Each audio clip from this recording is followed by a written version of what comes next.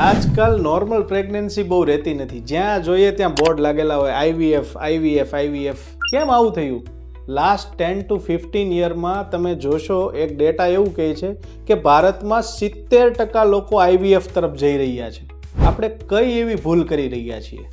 સૌથી મોટી ભૂલ કરી રહ્યા છીએ આપણી લાઈફસ્ટાઈલમાં એવું છે કે આપણે ફાસ્ટ ફૂડ ખાવા લાગ્યા છીએ. પહેલાં જ્યાં મહેનતવાળું કામ હતા એની જગ્યાએ અત્યારે ઓફિસમાં આવી ગયા છીએ. પૂરતી મેડિસિન લેતા નથી, પૂરતું સપ્લિમેન્ટ લેતા નથી. આ તો બધું બહુ કોમન છે.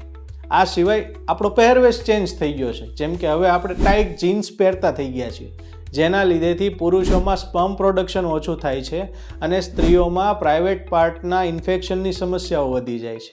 આ સિવાય લેટ મેરેજ પણ એક મોટો ઇસ્યુ છે. જેમ કે સ્ત્રીની ફર્ટાઇલ થવાની એજ, અને એમાં પણ ખાસ કરીને કન્સીવિંગની બેસ્ટ એજ હું કહું ને તો 22 થી 26 હોય છે.